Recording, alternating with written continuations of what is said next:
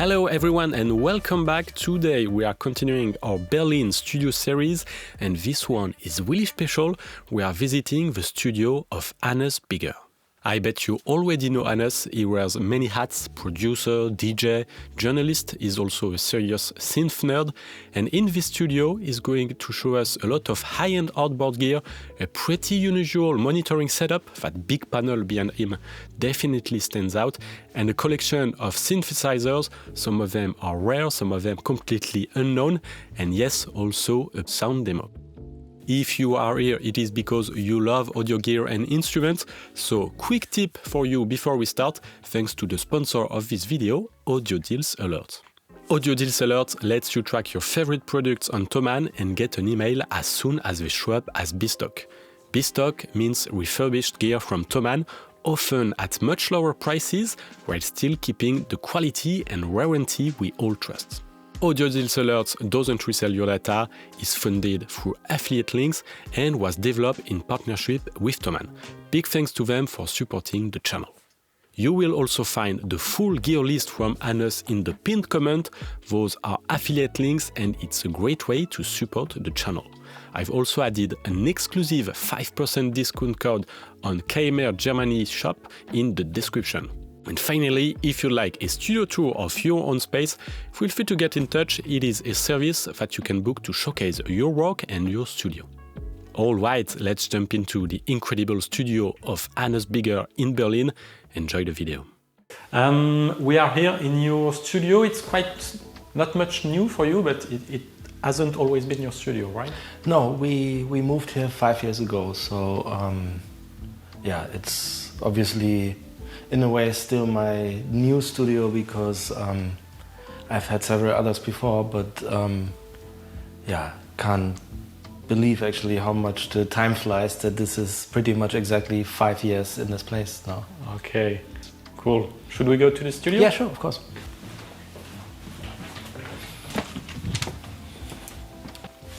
Welcome in my studio here in Berlin. My name is Bieger and I have been a professional in the music industry for 25 years, I would say, and over the course of my career I've been wearing a lot of different hats. Like most people, or many people, know me as a mixing engineer and as a producer. I also have released a lot of music under my own name and with different projects. I have been touring quite a bit in the past few years. I've been working as a journalist for magazines like Sound and Sound. I have been working as a consultant to companies like Ableton. So there's a bunch of things I did over the course of my career, and I think this right here is the very heart of it, like the studio. Actually my third Berlin-based studio, and I would say this space is where it sort of all comes together, and which is my workspace, my playground, the heart of all my activities in a way. You are specialized into electronic music as a producer and an engineer? What kind of music do you do? Yeah, so I actually started playing guitar when I was 10. So first I was into rock music, but I gradually moved towards electronic music over the course of the 90s and was more into breakbeats and trip hop and that kind of stuff back then. But I moved to Berlin in 1999, and Berlin, being Berlin, the straight bass drum was unescapable here, and so pretty much since the time I'm here I'm also making music with straight bass drums, which at the time was more deep house, and then later I moved more to what these days is called melodic techno. Progressive house has been always something very dear and important to me. But I even though many people know me mostly in the field of electronic music as a mixing engineer, I'm working with a wide range of genres across the board, also very acoustic things like jazz and rock and related genres where I feel comfortable also with my background as a guitarist, but a lot of stuff I'm doing sort of revolves around electronic music in the bigger picture. Can you talk about these big things just behind you? Yes, so that is a Moog modular synthesizer. So it's something that is quite rare and special, I would say. Moog being the probably most famous synthesizer company in history. The first thing they did when they started making synthesizers in the 1960s is that they made modular synthesizers. So stuff like this is actually the foundation of what Moog always has been about. And this particular synth here is a System 35, which is one of the medium-size modular synthesizers. That's medium-size. Well, the System 35 is this section here alone. And this one here is one of the units they made as a reissue about 10 years ago for the 50th anniversary of the company. And so they did these limited production runs of some of their classic modular synthesizers. When it comes to Moog synthesizers or Moog modulars, there's basically the vintage ones from the late 60s and early 70s, or there is these new production runs. And for the reissue, they only made 35 of the System 35 worldwide. So that thing here is one of only 35 of its kind in existence, and I bought it in 2016. So this was, I would say, maybe 1.5 years after they relaunched them, and I bought it together with the keyboard, obviously, which is an original Moog keyboard, and the so-called sequencer complement B, which is this pair of 960 sequencer modules with auxiliary modules that go alongside it. So this whole section here is original Moog, but from the reissue series from 10 years ago. And then the two cabinets in the top, it's an assortment of different things. The woodwork actually is original Moog cabinets also. This they agreed to make for me, but they didn't do any one-off electronics outside the actual systems they made. So even when you bought a big system, you couldn't get an additional filter or anything. They wouldn't do this, but I wanted this all to be sort of having the same look and feel. And so these top two cabinets are actually made by Moog also, but without any type of electronics. So even the power supplies didn't come from Moog themselves. This was a custom work by Gerd Jalas, who unfortunately passed away not too long ago, and who used to do Moon Modular, one of the companies. Like I have a bunch of Moon Modular modules inside here also, and he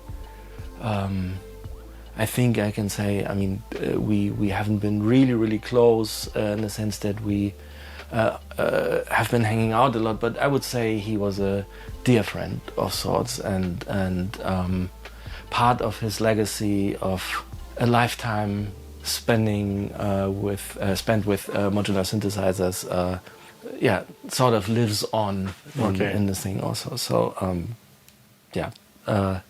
so there's a bunch of third-party modules in here, like the Moon modular I already talked about, Synthwork from Munich, who have always been really, really close with Modular, and who took over the brand and continue running it. They are known for making the most accurate first generation Moog modular clones, I would say. So I have a bunch of modules by them, like this 901 oscillator bank and the Bode frequency shifter, which is something really, really special also, and something that this is actually one of the first handful they made, and because we've been discussing this behind the scenes for a while, they told me they would launch it, and I was able to get one of the first ones. So that's one of the most interesting modules I have here. And then there's other stuff like a Club of the Knobs. I have a few modules, and free state effects. This is actually a granular audio processor, so it's a digital module, and this is a Zoom H9 pedal, which they basically mounted into a 5-view panel. This module here is something really, really special, and there's a reason why it's at the center of everything, because this is a vintage Moog low-pass filter. You see the RA Moog logo down here. So that's basically the first company that Moog founded, and this particular filter is a prototype.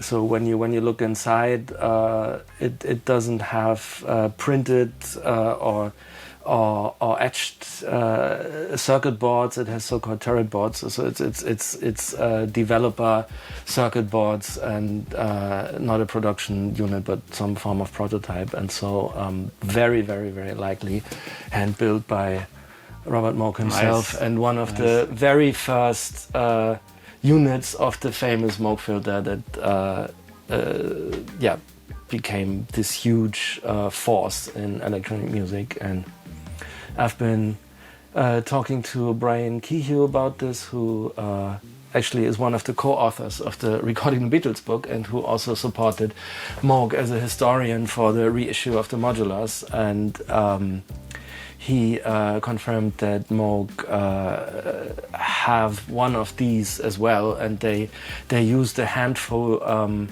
of vintage filter modules to recreate the 904 low-pass filter module for these modulars, and so he confirmed they had one of these too, and it's a really, really special module that sort of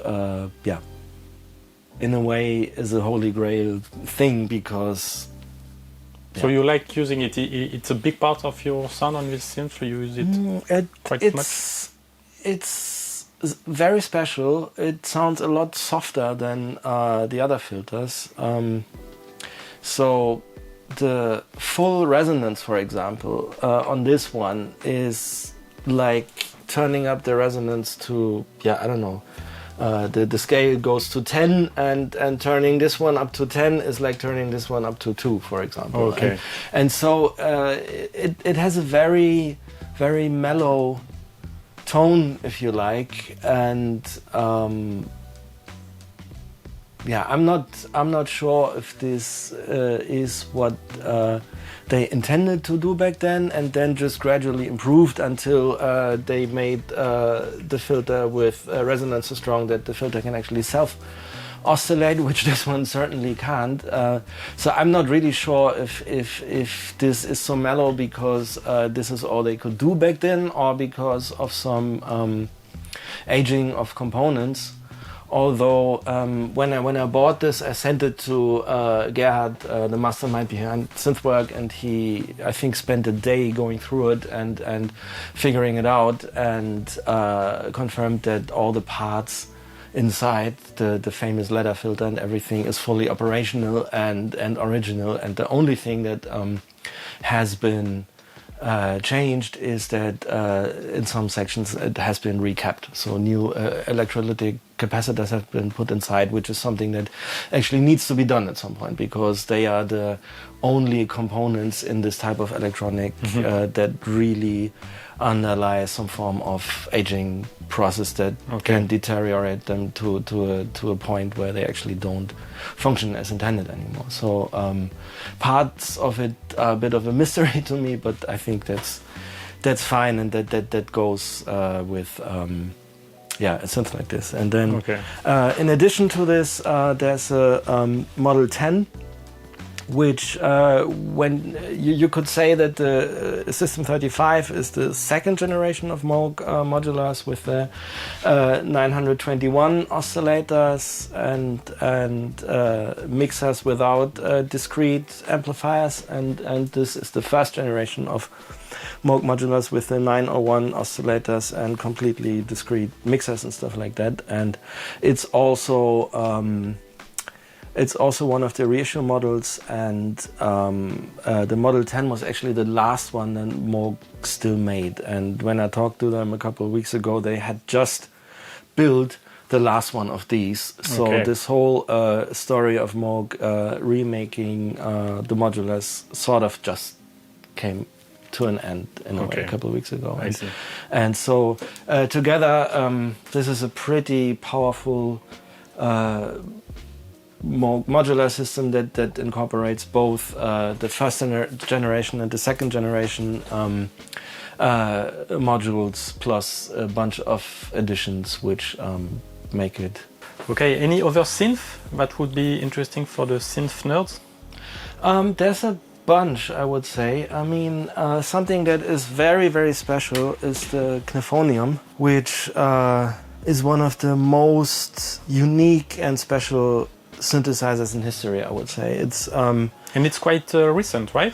Yes, they just stopped making it also, I think. And it has been built by Jonte Kniff from Finland, who some people might know as the founder and mastermind behind Kniff Audio, which is a company mostly known for making very, very high-end tube mastering EQs and compressors and stuff like that. And so this is part of his background, but he's also a classically trained musician and an instrument builder by trade. So I think his first job that he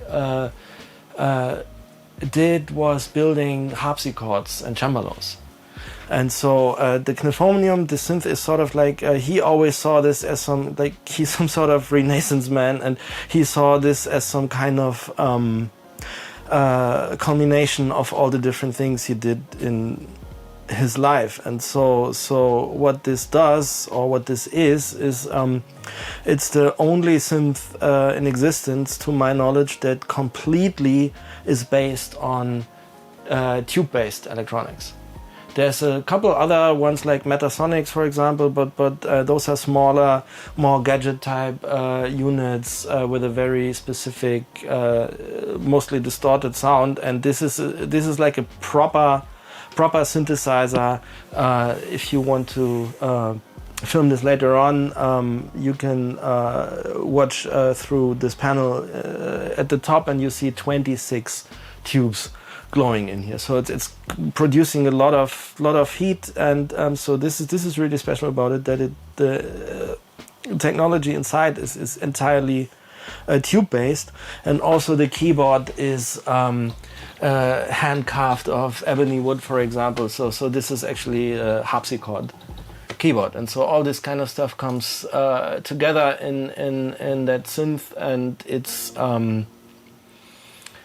I mean, many synthesizers have a little bit of a plasticky electronic feel to it, and this has this sort of steampunk vibe, and it's like a proper instrument, I would say. It's really one of a kind, and the sounds it's capable of producing are really otherworldly. So there's for example the ARP 2600, which I'm getting to in a minute. It came with a patch book back then, like example set of patches for users to recreate, to get to know its capabilities. And the patch number 66, which obviously for Star Wars fans is an interesting number, is something that's really, really special, because what it does is it combines cross modulation or FM synthesis with synced oscillators, and what it does is very, very otherworldly type of almost violin-like arpeggios happening once you start pressing just a single note. Okay. And so this patch I figured out with the ARP 2600, and then I figured out that I can do the same thing with the Knifomium, and that sound I would think is the most special and most emotional synth sound I've created in my life. So that comes from the Knifomium. Nice. And they made a couple batches of half a dozen units each. So I think they made something like 40, 41, 42 of these only, and a couple of them I heard went to Hans Zimmer. And so there's not many of these in existence, and so it's a really, really nice special one. And I will play this. So without any form of the modulation, it's a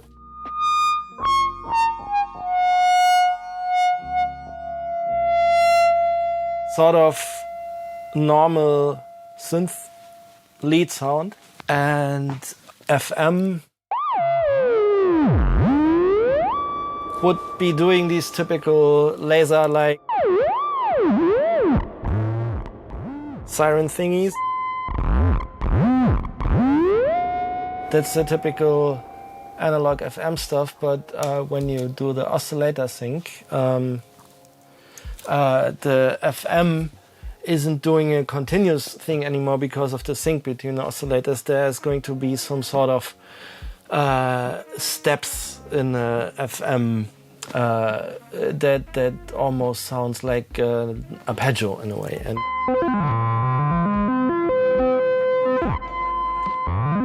so this is me playing one note, and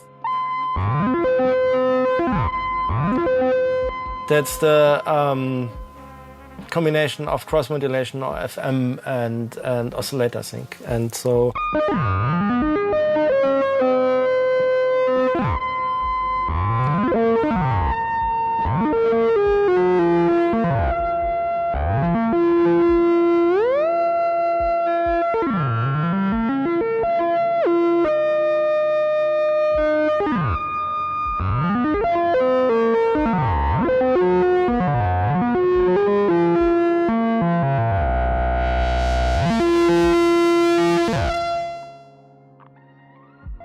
so to me this really, really sounds alive, and it's something that even on the ARP it doesn't sound like this, and it has such an organic quality that sometimes even feels like a violin arpeggio or something like that. And the way how the synth kind of sometimes blends between the harmonics, it almost feels like a feedback on a guitar amplifier, the way how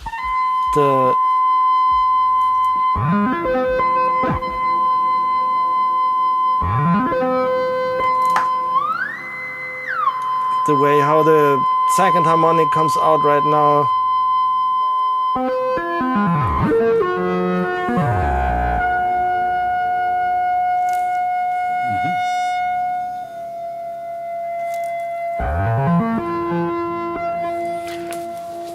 I could do this all day. I could listen to it all day. Also, the ARP 2600 is special.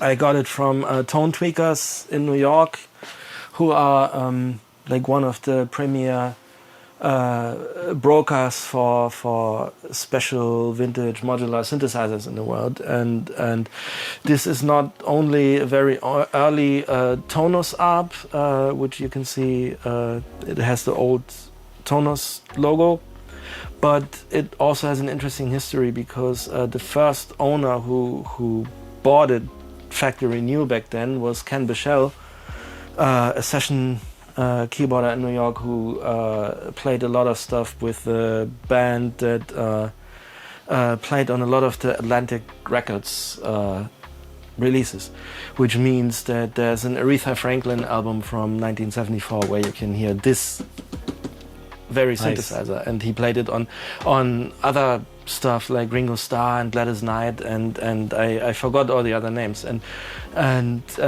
you can tell not only because Tone Tweakers sort of were able to trace it back. I think they bought it from the son of a friend of his or so, but he also put this fasten seatbelt sticker in the filter section, and there's old photos of him where you can see the sticker. So it's not one of these stories, is actually true, and so it's quite amazing to have an ARP here that was played on an Aretha Franklin album. Cool. Can we talk about the Hello Kitty piano or synth? Because it's we have to talk about it.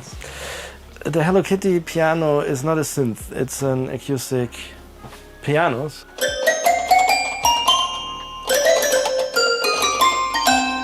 The backstory is that I actually got the Hello Kitty guitar a while ago. I think when I got it, I posted the photo of me playing it on Facebook. I think I didn't even have Instagram back then, and I think Instagram didn't even exist back then. And that caused quite a stir because nobody expected something... some Hello Kitty stuff here, but no, we don't. The piano actually was a birthday gift by Steve Buck, who is a very, very, very good friend of mine, and he gave it to me for my birthday a long time ago. And then we posted a photo together of me playing the guitar and him playing the piano, and we said we now have a band and a live act called the Hello Kitties, and we're open for bookings, and we got so many messages by people basically saying, now you're gone really, really insane, and how can you do this? And they basically took this for real, and it was just a joke. Nice. Yeah, so I also have a Hello Kitty microphone, obviously, and it's a karaoke thing. So the nice thing is that it has a delay. So when you talk through it, you have this kind of vibe. So that's actually also quite nice. Nice. Yeah, the Memorymoog is something special also because I bought it from Gordon Raphael, the Strokes producer, who used to live in Berlin for a while, and when he left Berlin, he sold a couple things because he wanted to move with a lighter setup, and so I bought the Memorymoog. And what is a Memorymoog? The Memorymoog is actually it's a bit of a sad instrument. I mean, it's an incredible synthesizer because it's basically polyphonic. So if you want to think about it like that, it's 6 Minimoogs in one synth that you can play simultaneously. Yeah, it was launched in the early 80s. Sequential Circuits with the Prophet 5 were the first ones to really launch a proper analog polysynth, and obviously that was a big thing because older synthesizers like the Minimoog, all of that was like the MS-20, everything was monophonic, so you could only play one note at a time, and this allows you to play chords. Is it the first polysynth from Moog? It's the first polysynth that Moog made, and why do you say it has some bad sides? What are the cons? Well, it was really, really expensive to develop, so they put a lot of resources in making it, and they were kind of late to the party because this was quite a while after Sequential launched the Prophet 5, and then there was Oberheim stuff and some others, and I think, I don't know how soon, but probably like a year after the Memorymoog came to the market, the Yamaha DX7 was launched, and then analog synthesizers were just sort of wiped out in a way, and I say it's a bit of a sad instrument because the way how I remember it, I'm not 100%, but I think this is what bankrupted Moog back then, because they spent so much effort and resources on making it, and then they couldn't really sell it anymore because of a couple of months after it came out, the DX7 came, and the whole world sort of moved on from this type of instrument. And does it sound any good? It sounds amazing. It's actually it sounds so good if you want to put it like that. It's sometimes difficult to use it in a production because it's so strong and so powerful that it's not a good team player in a way. It's like regardless of what you do with it, it always cuts through in a way. That's what are you using it for? What do you typically do with it? So what I mostly like it for, and I think this is something it does exceptionally well, is some sort of dub techno chords. There's a Buchla music easel also, which is I think something like this can't be missing in a synth collection like the one I'm having, because Buchla also plays such an important role in the history of synthesizers, but in a way I think I can say I'm more of a East Coast kind of guy than a West Coast kind of guy when it comes to synthesizers. So the Buchla is important for you? Well, it's special, but if I had to make a choice, I would always lean towards Moog, I would say. And then the MS-20 is a very, very aggressive and gnarly sounding synth, which has its place also. I know that many people hated it because they wanted the Minimoog, and the MS-20 just isn't the Minimoog, but there's a reason why it plays an important role in history. And then also in the poly synth section I'm having, the Juno 60 is actually the second synth I ever bought at some point in the late 90s, and so it's the one I am keeping the longest time. The first synth I ever got, sadly, I don't have anymore. But this is the second one, and I'm still having it. And the Juno, I mean, it's the chorus, I think, is the best chorus that has ever been made, and the synth itself also. I mean, it's I can't say it's underrated, but I mean, they are fetching so high prices now also, and people apparently love them. But if I, for example, have to make a choice between the Memorymoog and the Juno, I would take the Juno without blinking. Okay. And the Oberheim is the latest one they made, which kind of packs all the vintage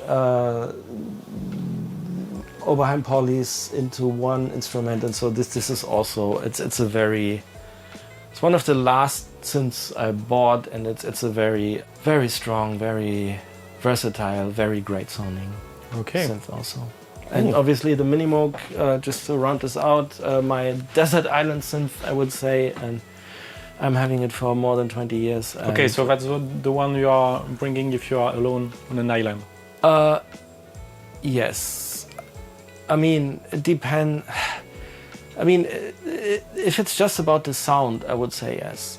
Okay. I mean, obviously there's other things here, like the modular can do so much more, but if it's just a pure sound, the Minimoog always has a very, very special place in my heart. And then there's a 303 over there also, which is kind of special because this one was dead twice, and so we've been able to resurrect it 2 times already, and yeah, it's still going strong, and such a wonderful instrument also. Cool. Can we talk about the speakers? Yes. So basically my speaker setup, this is a setup that I ended up with after many years of trying out different things, and those are actually Genelec 1038 three-way speakers with a 15-inch woofer. I don't like working with a subwoofer because I think it's mostly causing problems more than it's solving them, and those obviously have enough bass as a full range system, and they just sound incredibly good, and to the way how I see it, they strike a good balance between being very accurate on one side and sounding musical on the other side also. There's other speaker brands which may be more accurate, but it's just horrible to listen to music on them because they are not feeling like devices to play music. They feel more like measurement devices which also happen to emit sound waves in a way, you know. So those, I think, are striking a good balance. And then there's also speakers which sound so good that I would love to listen to music on them all day, but I wouldn't like to work on them all day. So one thing that's very important with loudspeakers is the guidance they provide. Like there's other speakers like PMC or ATC, for example, which sound absolutely fantastic, but they sound so good that basically when you have a snare, the speakers never tell you this is the volume where you put the snares. Like you put the snare up 4 dB and the speakers tell you, oh great, fantastic, now you have a loud snare. And then you turn the snare down 8 dB and the speakers say, oh fantastic, now you have a quiet snare. And you're sitting there and you just love the sound, but you never get the sense of this is where I need to put it. And this is really, really important with loudspeakers, that they provide you some help in doing what you want to do. And what's the idea of this baffle around it? Well, the baffles, that's basically, I'm trying to achieve the best of both worlds. In a way, having them flush mount, like soffit mount in the wall, is good because when you have a speaker box that's freestanding like this, you would have some diffraction on the corners of the speaker, which means like sound waves are bending and reflecting on the edges and on the corners of the speakers, and that basically can smear the stereo image, because in a way it is a bit as if the high frequencies are not only coming from the tweeter, but also as if there's more tweeters left and right in the upper corners, and this is one of the reasons why wall mount loudspeakers could be preferable. But if you actually put them inside the wall, you have a very strong bass boost, which you might have to correct. And so having them freestanding, but still putting baffles, which moves the diffractions on the corners outside the sweet spot position, is actually helping the clarity in the stereo image. Yeah, if we stay with the speakers for a bit, so these are ProAC Studio 100s, which I think also are out of production now, and they are basically related to very classic BBC design that probably goes back to the 1970s, and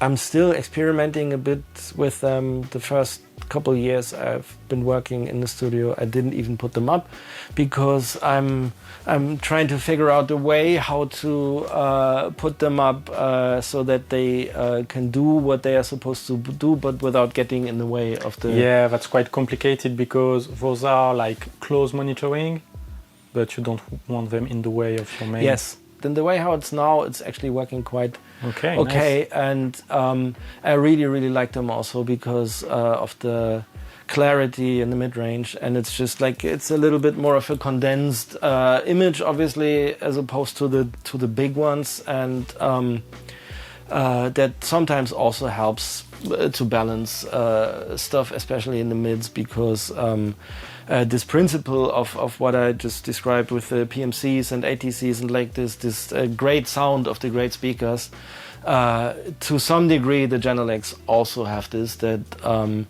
sometimes it's good to focus yourself a bit to a smaller picture and work from that, and the Pro X are doing that.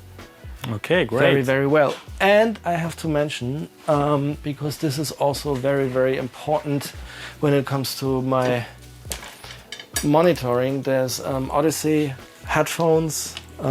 This, for example, is the LCD4, which is my favorite they ever made. And as you can see, I have the 5 too? I have the 5.2, I have the 3, I have the XC, so I have a bunch of them, yes. Nice. And the 4 are your favorite? The 4 is my favorite because it's more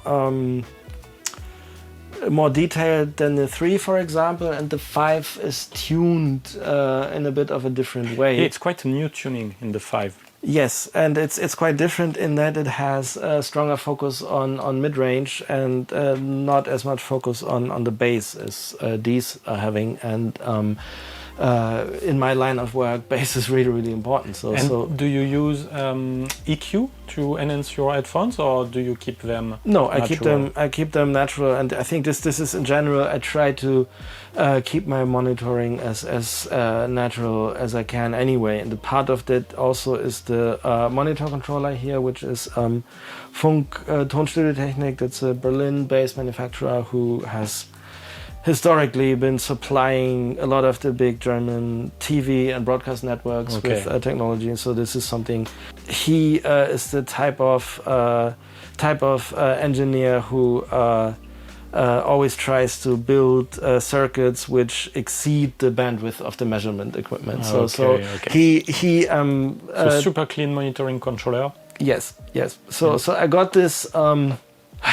Not sure, maybe around 15 years ago or so, and at the time, like, he had his workshop just around the corner from the studio that I had in Kreuzberg at the time, and so I could just basically, it was like a 1-minute walk from my studio to his place, and when I finally picked it up and we had a chat about it, and he told me that he is using some Rode and Schwarz measurement equipment, and he had a couple of situations where he called them to tell them that they needed to make better measurement equipment because he created amplifiers which exceeded the bandwidth of the measurement equipment. Oh.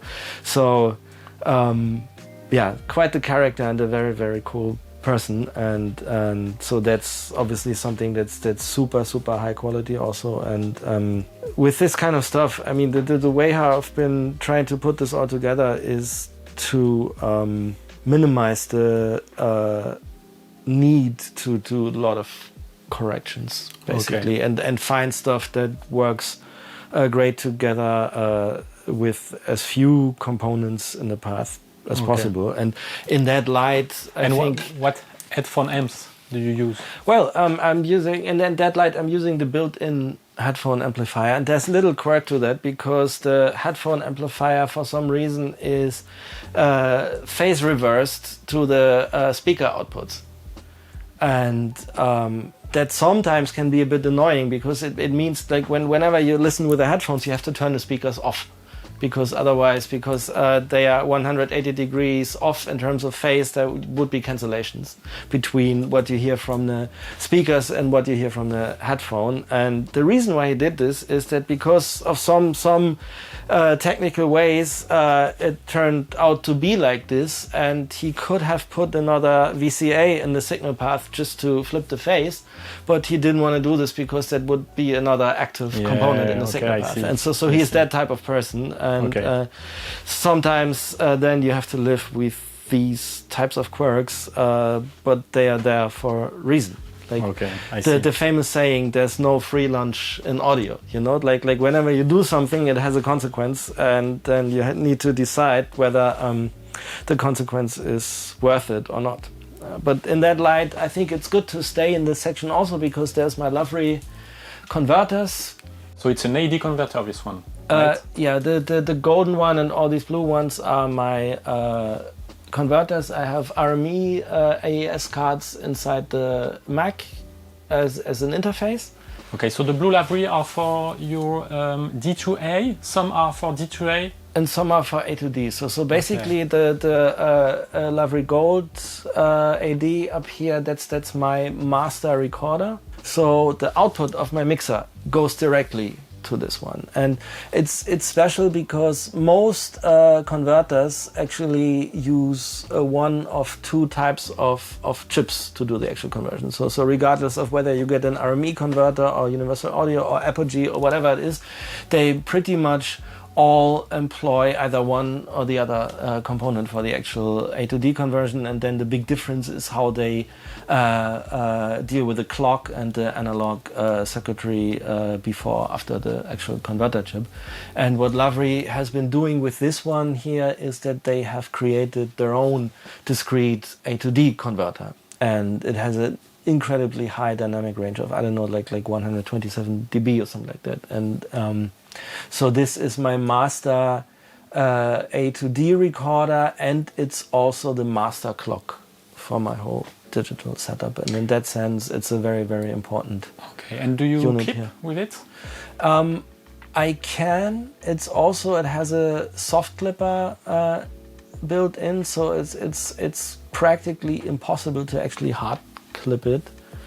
And Lovely has always been famous for, I mean, sometimes you can have like 100 or even 150 consecutive samples clipping and it still sounds good, which doesn't necessarily mean you have to do it, but it's not like you clip a little bit and it's sounding absolutely broken already. So they are really, really special converters. And I have a frame here which has two stereo AD converters. One of them is for looping stuff back and forth between outboard gear. The other one is actually for metering, when I have analog sources which I want to put through the metering. And then I have two DA modules in here, and one of them is for the outboard loop, so to speak, and the other one is my monitor. D2A. So whenever I have a digital source from the Mac and I want to put it to the speakers, that goes through one of them. And then down here, these are 24 channels of D2A conversion, which are going to the 24 channels of the mixer.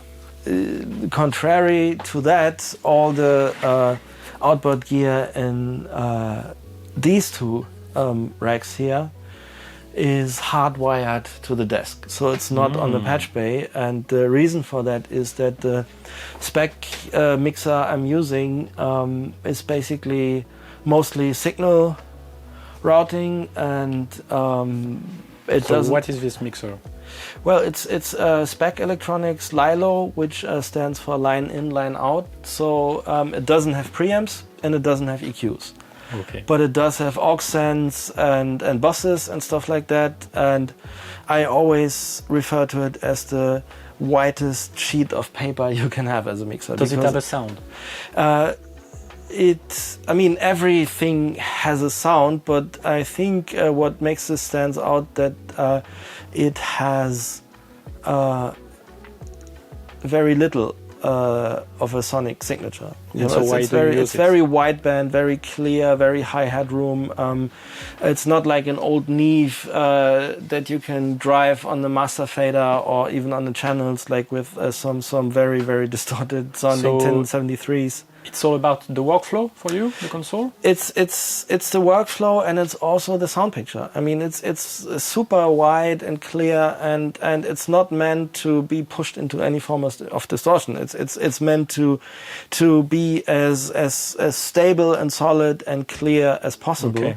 Which is great for electronic music with all the transients. You know, when you have when you're recording Highway to Hell, obviously you want some Neve saturation on the drums and on the guitar and on everything basically, but when you have a techno bass drum, you want the transient to be as strong as it can be, and you don't want it to be rounded by some saturation in the mixer. And so this mixer is actually very versatile because of that, because it doesn't have so much of a sound, and the whole point of it is to not really have a sound.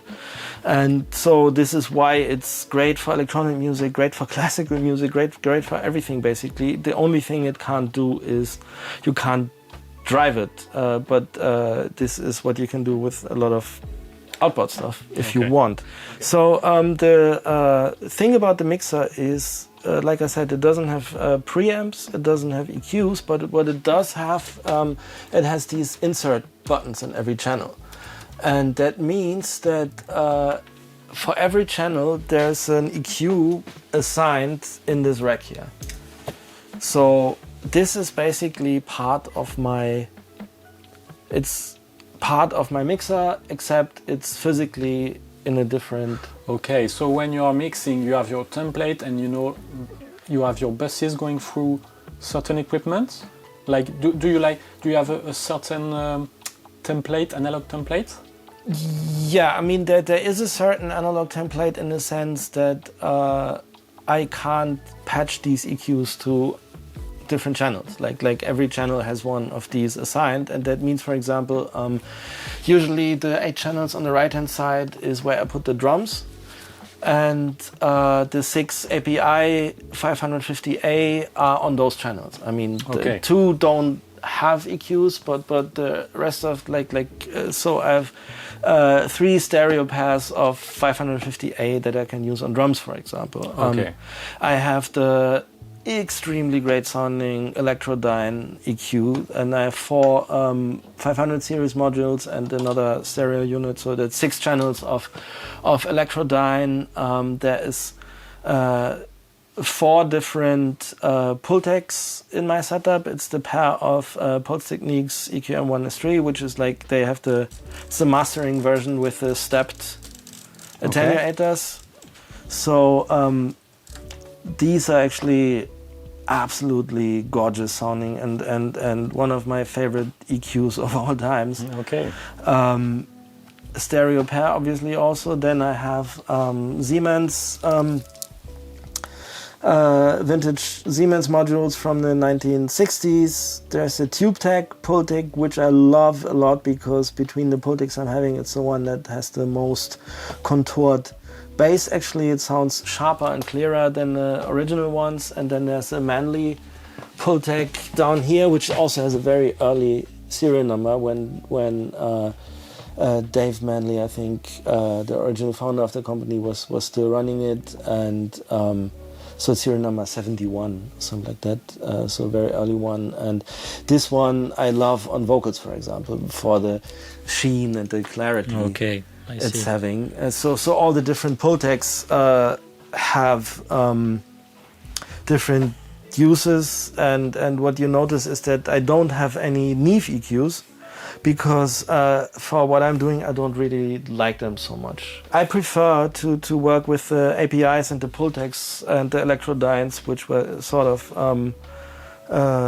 in a way halfway between API and Pultec, for the lack of a better description. I like that better because it gives me more control and more clarity and not this super woolly, distorted, saturated sound of the Neve, which has its place, but not so much in the context of what I'm doing. And on the other side here, there's a couple things, like I'm mixing it up a bit at the moment. Basically what I'm not mixing up is the API 2500 and the Bax EQ. This is my drum bus chain. So I have a stereo subgroup on the mixer for the drums, and the API and the Bax EQ are hardwired to the drum bus, and that's my absolute go-to set of EQ and compression for the drum bus. What would you do on the Bax EQ on your drum bus? Do you use the high pass, the low pass? Do you just use the EQ? Well, the API obviously is famous for the thrust circuit, which is basically the sidechain filter. Like the API 2500 was one of the first, if not the very first compressor to actually have a sidechain filter inside the compressor. And so is that important for you? It's actually not, even though the API is famous for it, but I tend, what I noticed is that I actually prefer to have EQ in the audio path and not in Okay, the so sidechain. you may boost some frequencies to get it react more to the compressor, but not on the sidechain feed, just Well, on the input feed. The way how I'm working is that I don't use my drum chain to really shape the sound.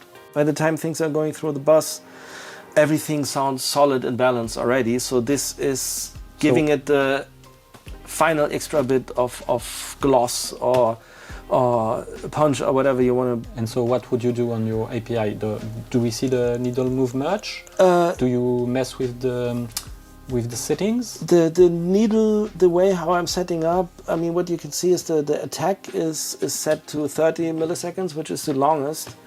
So this compressor isn't set up to make stuff loud. It actually does the opposite because it lets the bass drum transient pass and compress after it. So if anything, this compressor is making the average volume of the sound quieter, but it's adding more punch. And the reason why I'm using the API is because most compressors, I mean all of them by design in a way tighten up the low end 1 degree or another, because the compressor reacts mostly to the high energy bass frequencies, which is why they started to put sidechain filters in the compressors at some point anyway. And API, even when you don't touch this, what I like about it is that it doesn't flatten the low end as much as, like, let's say the original SSL bus compressor. Okay, I see. The Bus Plus is different because it does have a lot of features in it to basically work around that problem, if you like, but the API never had that problem so much in the first place. Okay. I found that using the sidechain filter doesn't give me the control I would like to have, and instead, like when I have the feeling the compressor is tightening up the low end too much, I wouldn't start messing with the sidechain filter, but this is why I have the Bex EQ after it. So you see the way how it's set here is like I'm adding like 1 dB of sub bass after the compressor, and this is basically a little bit of a smiley face curve with a corresponding 1 dB or half a dB in the high frequencies also. And this is basically, I mean, the smiling curve on the bus sort of makes the drums bigger, and it also sort of, if you will, corrects the little low end tightening. Okay, so the two are working together, right? They are working together, and yeah, even though the API is famous for the sidechain filter, I prefer to use, for this type of compression, I prefer to use the EQ not in the sidechain, but in the actual audio path. I see. Should we speak about the fancy Fern compressor? Do you use it much? Yes. So tube compressor, right? Yes, it's a tube compressor in the sense that it has tube-based signal paths, but the actual gain reduction is, to my understanding, it's not a tube compressor in the true sense of the word, like a variable mu compressor. Okay, it's not a variable mu. No, it works with a principle called pulse width modulation. So it's not a variable compressor like the Amtech ones, for instance. This one is basically modeled after the Fairchild 660, and this is modeled after some Altec unit, I believe. And so those are very mu compressors, but the Fern is a tube compressor in the sense that it has tube input and output stages, but then works with this pulse width modulation principle for compression. And what do you use it for? I'm typically having it as a master insert on the mixer, but this is a little bit of a hot button issue for me in a way, because I'm having so many compressors here which I originally bought also with the intention of using them as master bus compressors. Like and this one is on your master bus?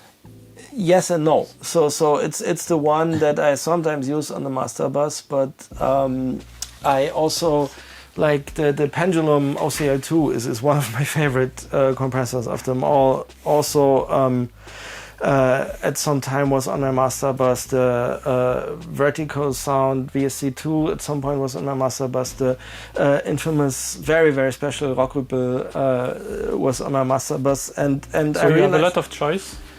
Do you almost always use a master bus compressor? Do you compress with it? That's what I want to get to. That I oftentimes are not really having a lot of luck with it, and I think that is basically a function of the music I'm working with. Like compression on the master goes well with some I don't know if some types of rock music and stuff like that. That works maybe in a little bit more of an organic breathing way, but this electronic music that is so groove based, oftentimes the compression doesn't really help so much because it kind of interferes with the groove in a way. And so I used to work with this on the master bus for a while, but at the moment I've taken it off and I went back to working with a clean master bus with nothing on it. So you've been working more and more without a master bus compressor? Most of the time I'm always trying, and I'm always trying to figure out a way how to make it work, but I think for this type of music it mostly just doesn't work. And what is typically on your master bus if you're doing, for example, techno music? Typically nothing.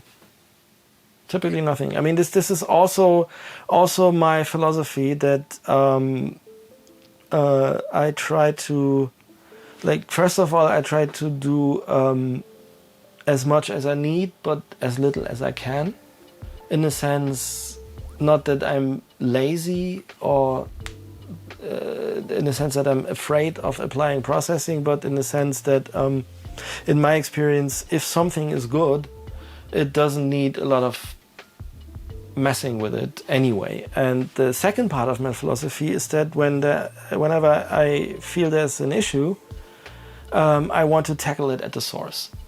Which means if what I can do to move in the direction where I want to go, and I can do this on the drum group instead of the master, I would do it on the drum group. But if it's something I can do on the bass drum channel instead of on the drum group, I would do that. And if the fix is okay, so you like to you work more like down to the top? Yes. Not top down mixing? Yes, definitely. I'm a very, like, pretty much all I'm doing is, like, I'm more of a sushi chef than a French cook, you know. Even though I love French food, but as a chef or cook or as an engineer, I prefer to have a very good piece of fish and a very sharp knife and the skill to cut just the way how I want it, you know. Interesting. And did it evolve over the years? Like, have you always been working like that? How has your workflow evolved? Are you more simplistic and minimalist than before? Well, I think it comes down a little bit to the preference, how you write music and how you create music. And for me, I mean, when I started, I didn't have a lot of stuff, but like the Juno, for example, or Wurlitzer piano, and like the instruments I had from the beginning were really, really, really good. Which means when you have a great sound, you don't need to do much to it because it's great already. And in that sense, I'm a bit of a purist. Also, like with the Minimoog, for example, in all those years, I haven't found anything that makes it sounding better than just letting it be itself. Like, of course, we're not talking about reverbs or delays or stuff like that, but no compression, no EQ, no saturation, no chorus, no nothing. Like all of that waters it down and makes it actually sounding worse than it does, you know. And in that sense, if like what I'm trying to do oftentimes is I'm getting the stuff right at the source, and when that means rather than trying to squeeze something out of a bass drum, which it just isn't, I would rather take a different bass drum sample. Okay. And what's up for you those next weeks or months? Well, I've had a busy couple weeks and months at the studio here, and I'm just going to continue on that path. I think I will also at some point probably start working on my next album, and I don't want to give away too many of my thoughts too early already, but I think it's going to be a surprise after the things I've done lately. And one of the things I'm really going to do is it's going to be very, very analog, but in a way that is different from what I've done. Okay, great. Can't wait to hear this album. Thank you, Hannes. Okay, yeah, sure. See you soon.